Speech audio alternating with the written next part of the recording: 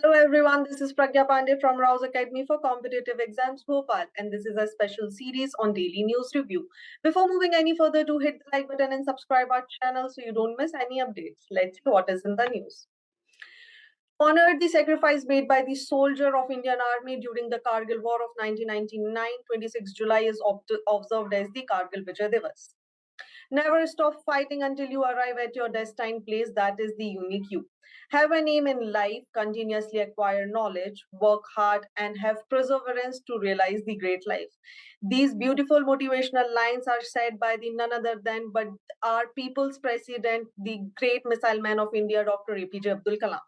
Abul Pakir Jainuddin Abdul Kalam was an aerospace scientist and a phenomenal teacher who also served as the 11th president of India and also the first Muslim president to serve an entire term.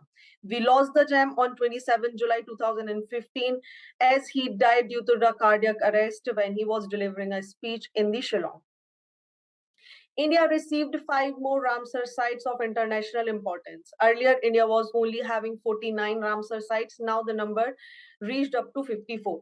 Let's see what are those new Ramsar sites. First is Karki Bird Sanctuary, Tamil Nadu. Second, Pallikarnai Marsh Reserve Forest, Tamil Nadu.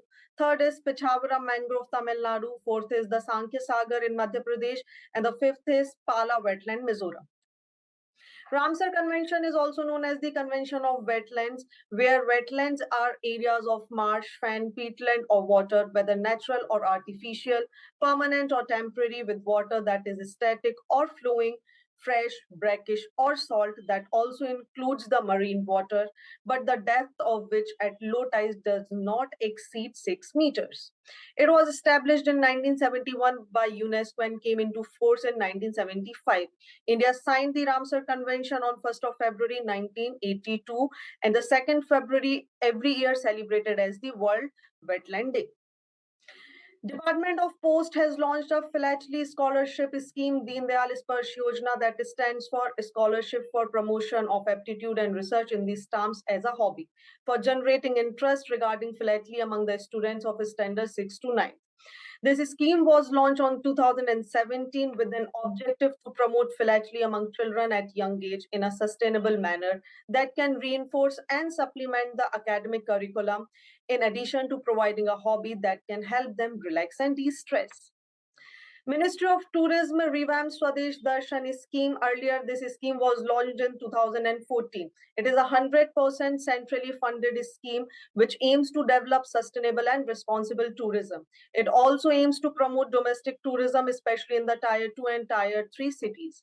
The funding of individual project will vary from state to state and will be finalized on the basis of detailed project report prepared by the program management consultant.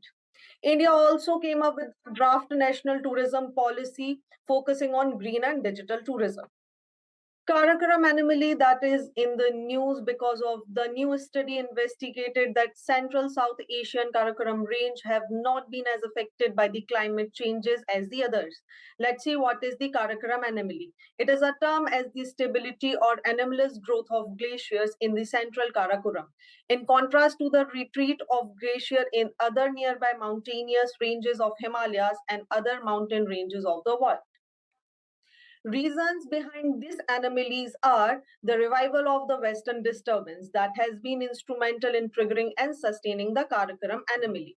Western disturbance are the primary feeder of the snowfall for the region during winters. The precipitation intensity of Western disturbance impacting Karakoram has increased by around 10% in the last 2 decades, which only enhances their role in sustaining the regional anomaly. Let's see where the Karakoram range is situated. Karakoram are the part of mountain ranges which is situated and covers the part of Afghanistan, China, India, Pakistan, and the Tajikistan. They are the greatest concentration of high mountains in the world and the longest glacier outside the poles, such as Siachen Glacier, Beafu Glaciers, and so on. 15th President of India, Draupadi Murmu, created history by becoming the country's first tribal and only second woman to occupy the country's highest constitutional office. While addressing the nation, she invoked 4 tribal revolutions. Let's understand those revolutions one by one. The first is Santhal Revolution. The Santhal Rebellion 1855-56 was a revolt by the Santhal in present-day Jharkhand against the operation by revenue officials, zamindars and corrupt moneylender and British East India Company. The second revolution she mentioned is Paika Revolt 1870. That is also referred as the original first war of Indian independence in several descriptions. A class of military retainers traditionally recruited by the king of Odisha. They revolted against the British colonial ruler mainly over being disposed of their land holdings. The third revolt she mentioned is Kol Revolt. The Kol tribal people from the Chota Nagpur area rose in revolt against the British in 1831. The trigger here too was the gradual takeover of tribal land and property by non-tribal settlers who were aided by the new land laws.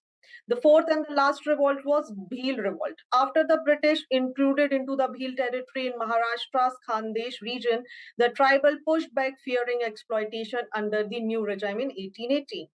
Lumpy skin disease that is currently in the news for affecting so many cattle. It is an infectious disease in cattle caused by a virus of the family Poxviridae, also known as the needling virus. The disease is characterized by the fever and large superficial lymph nodes, multiple nodules on the skin and mucous membranes, reduced milk production and difficulty in breathing that can sometimes lead to the animal's death.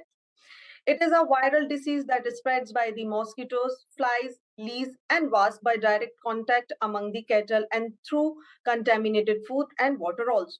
This virus can infect humans with direct transmission without the need for as an insect vector.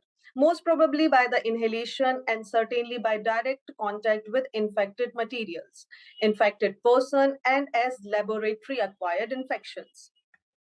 The Union Environment Ministry's Expert Appraisal Committee on Coastal Regulation Zone Matters has given approval for the MIST submarine cable system recently. The MIST also stands for the Myanmar, Malaysia, India, Singapore Transit MIST submarine cable system.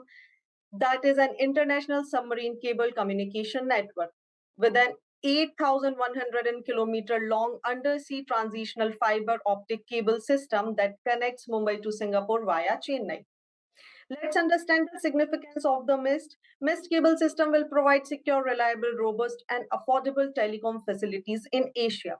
It will connect India with the other Asian countries such as Myanmar, Thailand, Malaysia, and Singapore. This would also help avoid conflict with various stakeholders considering the increasing number of international cable landing on the Chennai coast. Let's see how the submarine cable works. Modern submarine cable use fiber optic technology that lasers on one end fire at extremely rapid rates down thin glass fiber to reciprocate at the other end of the cable. These glass fibers are wrapped in the layer of plastic for the protection.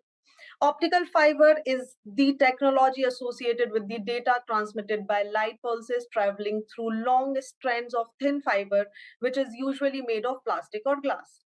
So this is it for today. Join our batches for UPSC MPPSC Civil Services Examination. Seats are very limited, so hurry up. Thank you for watching this video. Do hit the like button and subscribe our channel. Also comment your valuable feedback. Also follow us on Instagram and Facebook. Links are given below in the description box. Thank you and see you tomorrow.